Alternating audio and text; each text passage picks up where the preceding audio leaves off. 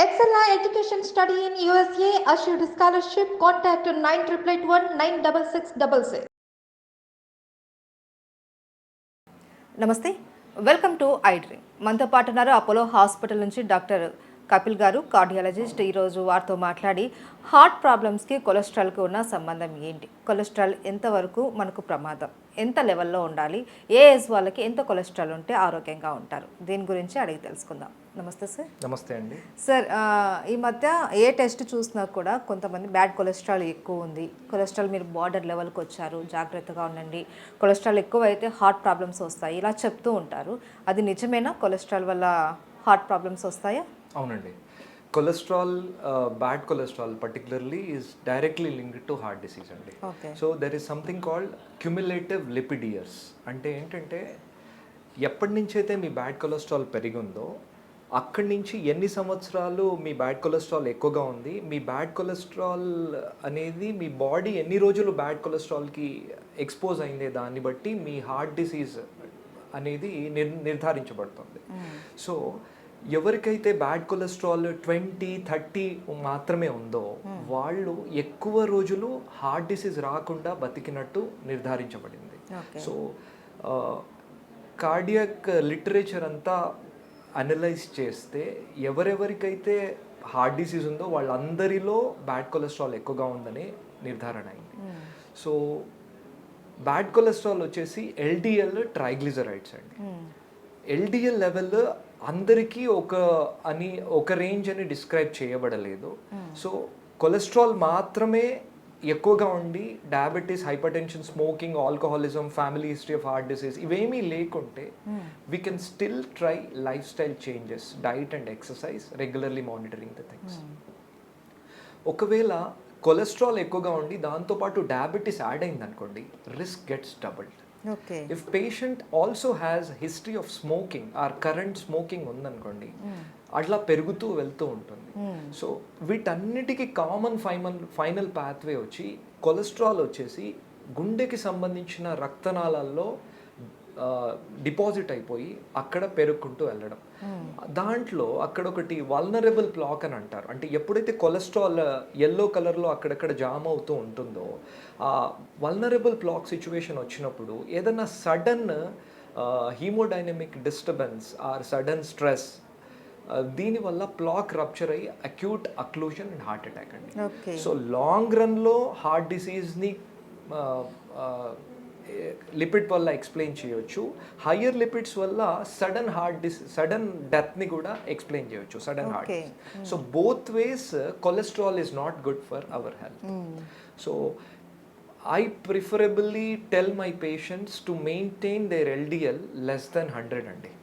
130-140 ఉంది, but higher risk score లేదనుకోండి వాళ్ళలో, అదర్ బ్యాడ్ రిస్క్ ఫ్యాక్టర్స్ లేకుంటే I try managing them on life style changes and they do well. వాళ్ళు బయట food తీసుకోకపోవడం తగ్గించేసి ఆయిల్ ఫుడ్ తగ్గిస్తారు, రెగ్యులర్ ఎక్సర్సైజ్ అవి జంక్ ఫుడ్ అవి తగ్గిస్తే సరిపోతుంది. ఇట్స్ మళ్ళీ నాట్ జంక్ ఫుడ్, అంటే people can have junk food but they should limit their calories and they should look at the food what they are eating అండి. అది ఎంత తినాలి, నచ్చిన టేస్టీ ఫుడ్ కొంతవరకు తీసుకోవచ్చు. అంటే you need not tie your mouth, but at the same time you should count your calories అండి. If you are taking much food, that week exercise protocol you have to change అండి. నేను ఈ వీక్లో ఎక్కువగా consume చేశాను calories, so I have to work more, I have to do more workout this week అనేది చూడాలి. So ఆ balance అనేది మెయింటైన్ అవ్వాలి. సో కొంతమందిలో ఎల్డిఎల్ నేను ఒక్కొక్కసారి చూస్తూ ఉంటాను 180-170s ఉంటాయి LDL alone. So LDL alone more than 150 ఉంటే mostly we are dealing with some genetic cause అండి. So familial hypercholesterolemia heterozygous type అనేది యూజువలీ ఈజ్ కేస్. అంటే అందరిలో కాదు, but 90% of patients who have their LDL more than 170 we are dealing with that familial cause. In that case we have to be very vigilant about decreasing the LDL to very low levels, at least less than 100. So already stunting అయిన వాళ్ళల్లో ఖచ్చితంగా cholesterol మాత్రం continue చేయాలి. Stunting అయ్యి 1 year అయిన తర్వాత blood thinners కొంచెం తగ్గిస్తారు cardiologist depending on the number of stents and where the location of the stents. ఇలా చేసిన తర్వాత కొంతమంది ఏం చేస్తారంటే బ్లడ్ థిన్నర్సే వాడమన్నారు కదా డాక్టర్ గారు, నేను బ్లడ్ థిన్నరే వాడతాను అని క్లోబిడాగ్రిలో ఆస్ప్రినో వాడతారు, ఈ కొలెస్ట్రాల్ మాత్రం అవసరం లేదు నాకు అని చెప్పేసి మానేస్తారు. సో ద మెసేజెస్, ఒక్కసారి హార్ట్ డిసీజ్ వచ్చింది అంటే అది బైపాస్ కానివ్వండి, మెడికల్ మేనేజ్మెంట్ కానివ్వండి, స్టంట్ అవ్వనివ్వండి, ఏ ట్రీట్మెంట్ జరిగినా మీ ట్రీట్మెంట్లో ఖచ్చితంగా కొలెస్ట్రాల్ టాబ్లెట్ ఉండాల్సిందే.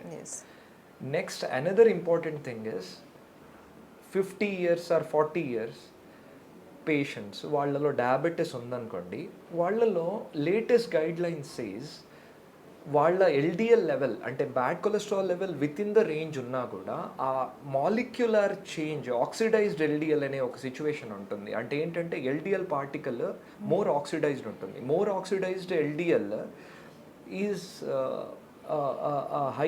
Has a higher risk to produce CAD అండి వీళ్ళలో. So diabetic, the message is diabetic patients, even though their LDL is under control, they should be on a low dose statin therapy to prevent future heart related issues అండి. So అది చాలా చాలా important. చాలామంది doctors prescribe చేస్తారు, వీళ్ళు నాకు sugar మాత్రమే ఉంది, నంబర్స్ తగ్గిపోతాయి, డాక్టర్ చెప్పారు ఇన్ని అవసరం లేదు, నేను ఓన్లీ షుగర్ టాబ్లెటే తీసుకుంటాను. They religiously take sugar tablet, they avoid the cholesterol tablet. So they are not doing good to themselves, they are actually harming themselves. By taking a tablet, if you are preventing a heart disease and if you are pushing the onset of heart disease for 10 more years, it is benefit only. So they should be taking it. అయితే sir ఇప్పుడు మీరు అన్నారు genetic పరంగా కూడా మనకు heart problems వస్తాయి అనేసి, so మనం దాన్ని ముందుగా మనం గుర్తించవచ్చా? గుర్తించవచ్చు. బట్ ఏంటంటే జెనెటిక్ పరంగా వచ్చే హార్ట్ ప్రాబ్లమ్స్లో జెనెటిక్ పరంగా వచ్చే కొలెస్ట్రాల్ ప్రాబ్లం వల్ల హార్ట్ ప్రాబ్లం వస్తుంది. దెర్ ఆర్ 2 different వేస్ అండి. జెనెటిక్ పరంగా వచ్చే డైరెక్ట్ హార్ట్ ప్రాబ్లమ్స్ ఒకటి, జెనెటిక్ పరంగా వచ్చే కొలెస్ట్రాల్ ప్రాబ్లం వల్ల వచ్చే హార్ట్ డిసీజ్ ఒకటి. సో జెనెటిక్ పరంగా వచ్చే కొలెస్ట్రాల్ వల్ల వచ్చే హార్ట్ ప్రాబ్లమ్ని మనం ప్రివెంట్ చేయాలంటే first we need to identify who requires genetic counselling and genetic investigation. So whose LDL is towards to 200 or 170 180, we can send them for a genetic testing. Okay. But genetic testing ayin tarvata we will risk stratify them and we will have to continue blood cholesterol medications forever. Okay. And sometimes these cholesterol medications you might need in multiples, like ఒకటి కాకుండా 2 గాని 3 గాని కూడా వాడాల్సిన situations రావచ్చు.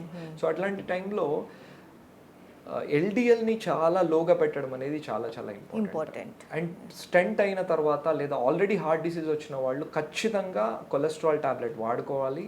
And diabetes ఉన్న వాళ్ళలో వాళ్ళ LDL levels within range ఉన్నా కూడా లో డోస్ పెట్టడం వల్ల they are preventing heart attack. అలా ఎంతకాలం వాడాలంటారు? ఇఫ్ యువర్ డయాబెటిక్ పేషెంట్స్లో లో డోస్ కొలెస్ట్రాల్ టాబ్లెట్ అనేది ఎప్పటికీ వాడుతూ ఉండాలి, ఎప్పటికీ, as long as they are diabetic అండి. Okay. And they should also control their sugars very much. Okay. If ఇంకొకటి ఏంటంటే ఈ ఎల్డిఎల్ ఒకవేళ మీ రేంజ్లో వచ్చింది అంటే బ్యాడ్ కొలెస్ట్రాల్లో 2-3 రకాలు ఉన్నాయి. మేము we see LDL first, then triglycerides and non HDL cholesterol అని చేస్తాం. సో హై రిస్క్ పేషెంట్స్లో first we try to reduce LDL, then we concentrate on non HDL cholesterol. ఇంకా యంగ్ పేషెంట్స్లో పర్టికులర్లీ ఎల్డిఎల్తో పాటు మేము ఇంకా కొన్ని టెస్టులు చేస్తాము, like high sensitive C reactive protein అని చేస్తాం. High sensitive C reactive protein with elevated bad cholesterol కొంచెం రిస్క్ ఎక్కువ. సో వాళ్ళల్లో ఖచ్చితంగా స్టాటిన్ థెరపీ అనేది ఖచ్చితంగా ఇచ్చి ఎల్డిఎల్ని తగ్గించి హెచ్ఎస్సిఆర్పి తగ్గిస్తూ పోవాలి. దీని తర్వాత we try to go further and do ApoB levels. ApoB levels are also important because it is directly linked to non-HDL cholesterol, and ApoB levels ఎవరికైతే ట్రీట్మెంట్ తీసుకున్నా కూడా ఎక్కువ ఉన్నాయో వాళ్ళలో హార్ట్ రిలేటెడ్ రిస్క్స్ ఎక్కువ. Next we go to lipoprotein small a అని ఉంటుంది. So అది కూడా ఇవన్నీ ఏమిటంటే step wise approach.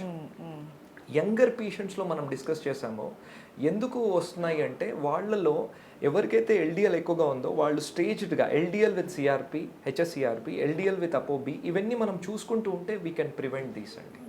And there is one thing which is bothering all of us is all of us have stress, and stress we don't have any measuring scale. So ఎంత stress ఒక మనిషిలో ఉందో మనం చెప్పలేము. Yes. So stress is linked to higher lipids అండి.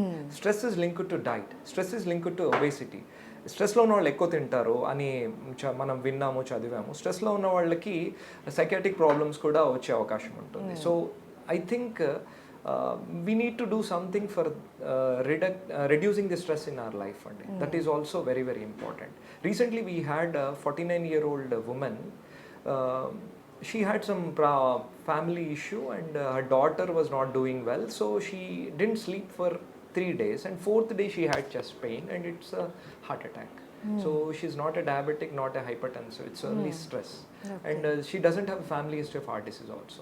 So we couldn't find a reason to explain what was the reason for heart attack. Only stress.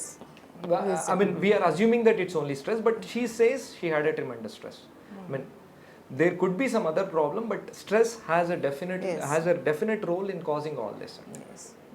Okay, right. Thank you so much, Dr. Garu. Okay, thank you.